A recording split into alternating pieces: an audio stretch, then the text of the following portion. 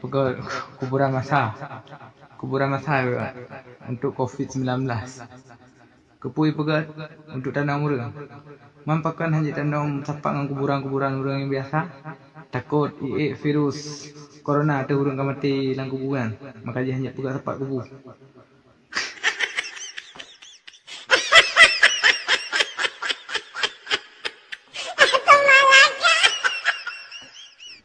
Kau berat sakit pemerintah dengkah. Kubur dia pegat kubur lain. Seolah-olah hanya tanam sapak dengan kubur orang mati biasa. Ha? Takut virus corona tu orang yang akan mati biasa.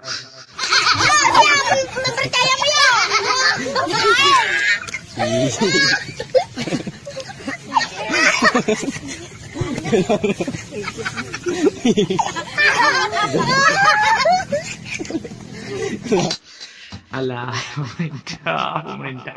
Lagi anak Tuhan li kau mikir kau. Kan merati kau. Yang jauh-jauh hendak mikir tau. Begleh cara mikir. Be utak na kula panjang pemikiran na. Ku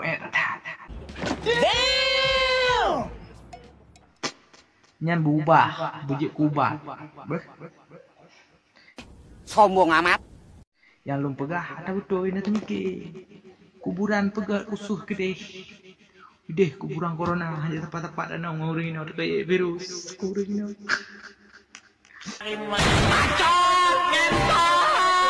Sakit boleh home hai. Pak urang raw na juina. Assalamualaikum warahmatullahi wabarakatuh.